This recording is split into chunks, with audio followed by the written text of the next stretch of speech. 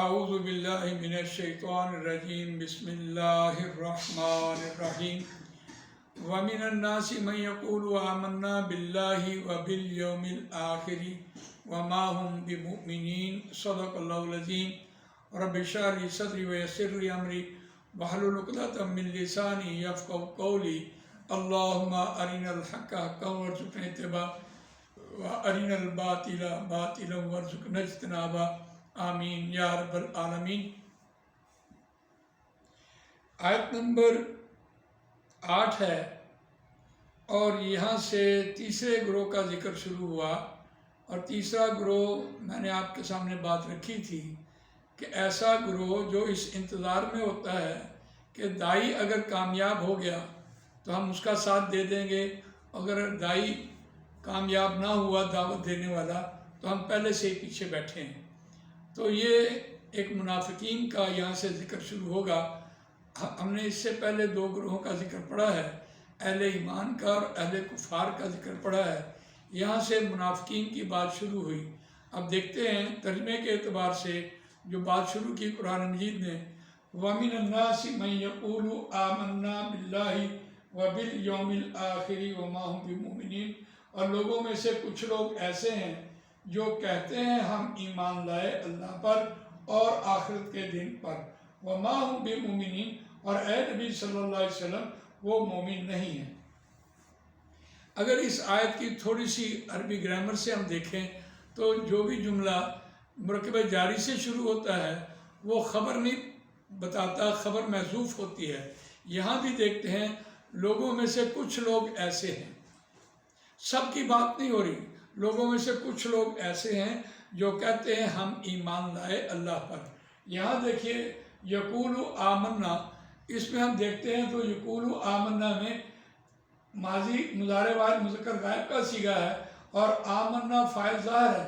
اگر ہم اسے دیکھیں تو یہ پورا جملہ فعلیہ بنتا ہے، اور جملہ فعلیہ کی پہچان یہ ہے کہ فاعل ظاہر واحد ہو، تثنیہ ہو، جمع ہو تو فعل کی پہلے صیغہ لاتے ہیں، اس لیے ہم اس کا ترجمہ کہتے ہیں کر رہے ہیں۔ ویسے تو واحد کا صیغہ ہے، اس لیے ہم اس کا ترجمہ پورے روان ترجمے کے اعتبار سے دیکھ رہے ہیں۔ لوگوں میں سے کچھ لوگ ایسے ہیں جو کہتے ہیں ہم ایمان لائے اللہ پر، باللہ وبالیوم الآخری، اور آخرت کے دن پر۔ بڑی خوبصورت بات یہاں کہی ہے کہ مسلمان ہونے کے لیے کسی شخص کو اللہ پر ایمان لانا اور آخرت پر ایمان لانا اس کے لیے کفایت کر جائے گا، لیکن مومن ہونے کے لیے اے نبی صلی اللہ علیہ وسلم وَمَا هُمْ بِمُؤْمِنِينَ، وہ مومن نہیں ہیں۔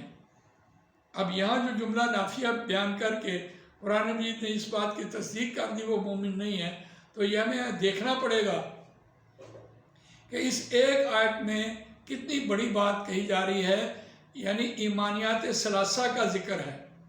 ایمانیات ثلاثہ ہوتے ہیں اللہ پر ایمان، آخرت پر ایمان اور نبی اکرم صلی اللہ علیہ وسلم پر پورا ایمان، ٹوٹل ایمان۔ اور جب ہم نبی اکرم صلی اللہ علیہ وسلم پر ایمان کی بات کرتے ہیں تو پھر ہم دیکھتے ہیں کہ فرشتوں پر بھی ایمان لانا لازم ہے اور قرآن مجید پر بھی ایمان لانا لازم ہے۔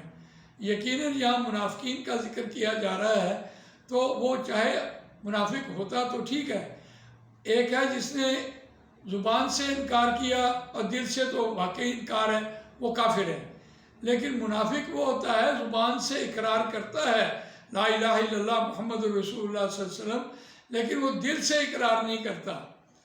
تو دل سے اقرار نہ کرنا اس کی منافق ہونے کی نشانی ہے۔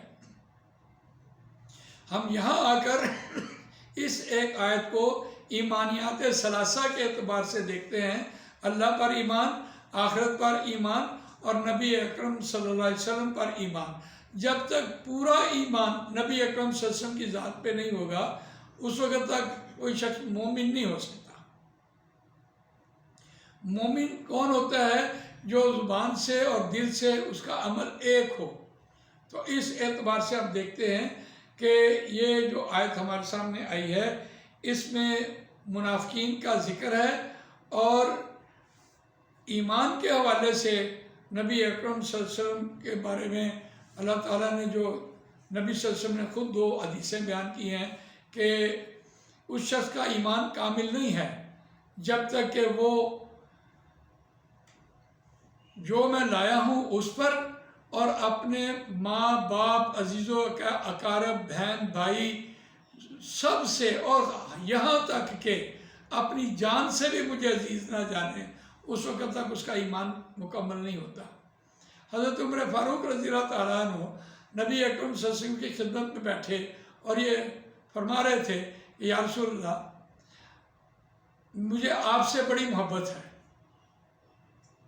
میری جان مال آپ سے، آپ کے اوپر نچھاور۔ رسول اللہ صلی اللہ علیہ وسلم نے ایک دم سے سوال کیا کہ کیا اپنی جان سے بھی میں زیادہ عزیز ہوں؟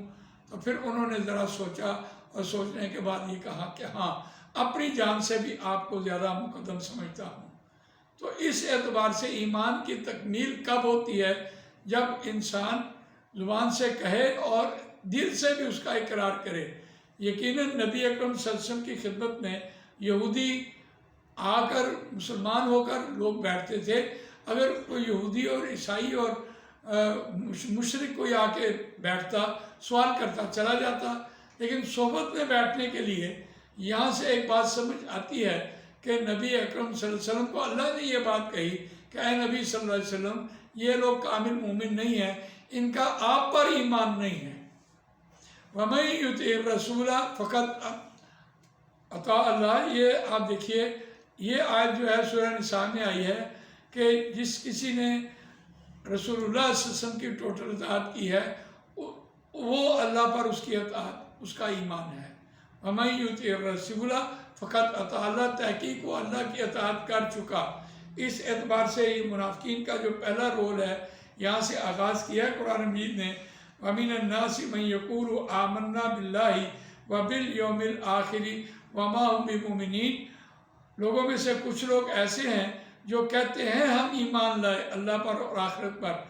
یہاں اللہ پر اور آخرت پر ایمان لانے سے اسلام میں تو داخل ہوا جا سکتا ہے، لیکن کامل ایمان کی بات جب تک نبی اکرم صلی اللہ علیہ وسلم پر پورا ایمان نہ لائے اس وقت تک وہ مومن نہیں ہو سکتا۔